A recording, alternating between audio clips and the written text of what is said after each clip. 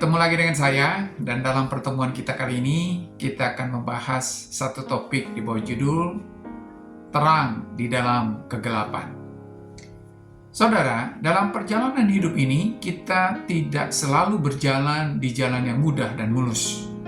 Ada kalanya kita melewati lembah kegelapan, menghadapi pergumulan, penderitaan, dan ketidakpastian. Dalam situasi seperti itu, kita bisa merasa takut, ragu, dan kehilangan harapan. Namun, dalam kegelapan sekalipun, kita tidak sendirian. Yesus Kristus, Sang Terang Dunia, selalu berjalan bersama dengan kita. Saudara, ada beberapa hal yang kita perlu cermati agar kita berjalan dalam terang di dunia yang gelap ini. Yaitu yang pertama, Yesus Kristus, sumber terang yang sejati. Dalam Yohanes pasal 8 ayat yang ke-12 berkata, "Akulah terang dunia, barang siapa mengikuti aku, ia tidak akan berjalan dalam kegelapan, melainkan ia akan mempunyai terang hidup." Saudara, Yesus tidak hanya memberikan terang, tetapi Dia sendiri adalah terang itu. Ketika kita mengikuti Dia, kita tidak akan tersesat dalam kegelapan dunia ini. Kehadirannya membawa harapan, kelegaan, dan petunjuk dalam hidup kita. Bayangkan seseorang berjalan di malam yang gelap tanpa cahaya. Ia akan mudah tersandung, salah arah, dan terjebak dalam bahaya. Demikian pula tanpa Yesus, kita akan hidup dalam kebingungan dan kehilangan arah. Namun saat kita hidup dalam terangnya, kita memiliki kepastian dan bimbingan yang sejati. Jadi, berjalanlah bersama dengan Yesus, maka Anda tidak akan pernah tersandung. Dan ikutlah akan tuntunannya, maka Anda akan sampai di tujuan Allah dalam kehidupan Anda. Tidak peduli apapun yang terjadi dalam hidup Anda, sebab Dia yang akan memberikan kekuatan bagi Anda untuk melangkah. Yang kedua, firman Tuhan, cahaya bagi langkah kita. Dalam Mazmur pasal 119 ayat yang ke-105 berkata, "Firman-Mu itu pelita bagi kakiku dan terang bagi jalanku." Saudara, firman Tuhan adalah seperti pelita di tengah kegelapan. Saat kita tidak tahu harus berbuat apa atau kemana harus melangkah, firman Tuhan memberikan petunjuk dan hikmat. Satu hal yang perlu kita renungkan adalah seberapa sering kita mencari jawaban dalam firman Tuhan. Apakah kita lebih mengandalkan pikiran sendiri atau meminta pimpinannya melalui doa dan firman-Nya?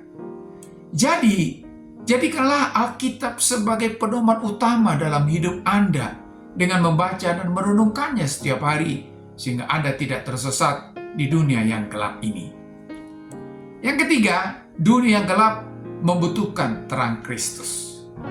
Saudara, kita hidup di dunia yang penuh dengan kejahatan, ketidakadilan, dan dosa. Banyak orang hidup dalam kegelapan karena mereka belum mengenal Yesus. Sebagai pengikut Kristus, kita dipanggil untuk menjadi terang yang bersinar di tengah dunia ini. Yesus berkata dalam Matius pasal 5 ayat yang ke-16, "Demikianlah hendaknya terangmu bercahaya di depan orang, supaya mereka melihat perbuatanmu yang baik dan memuliakan Bapamu yang di sorga." Saudara, menjadi terang berarti hidup kita harus mencerminkan kasih, kebenaran, dan kebaikan Kristus. Bukan hanya dalam kata-kata, tetapi juga dalam tindakan kita sehari-hari. Seperti bagaimana kita memperlakukan orang lain, menghadapi masalah, dan menjalani hidup dengan iman yang teguh.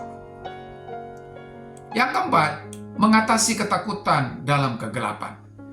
Saudara, seringkali kegelapan membuat kita takut. Ketika masalah datang, kita mungkin merasa seperti berjalan sendirian di lorong yang gelap. Namun Tuhan berjanji untuk selalu bersama kita. Dalam Yesaya pasal 41 ayat yang ke-10 berkata, "Janganlah takut, sebab aku menyertai engkau. Janganlah bimbang, sebab aku ini Allahmu. Aku akan meneguhkan, bahkan akan menolong engkau. Aku akan memegang engkau dengan tangan kananku yang membawa kemenangan." Saudara, apakah saat ini Anda sedang mengalami masa-masa sulit? Apakah Anda merasa takut atau putus asa? Ingatlah bahwa Tuhan selalu ada di sisi Anda. Percayalah bahwa terangnya akan menuntun Anda melewati setiap tantangan. Saudara, kegelapan mungkin ada di sekitar kita. Tetapi kita tidak perlu takut karena Yesus adalah terang kita. Saat kita berjalan bersamanya dan hidup dalam firman-Nya, kita akan selalu memiliki terang yang menuntun kita. Sebagai orang percaya, mari kita juga menjadi terang bagi dunia ini.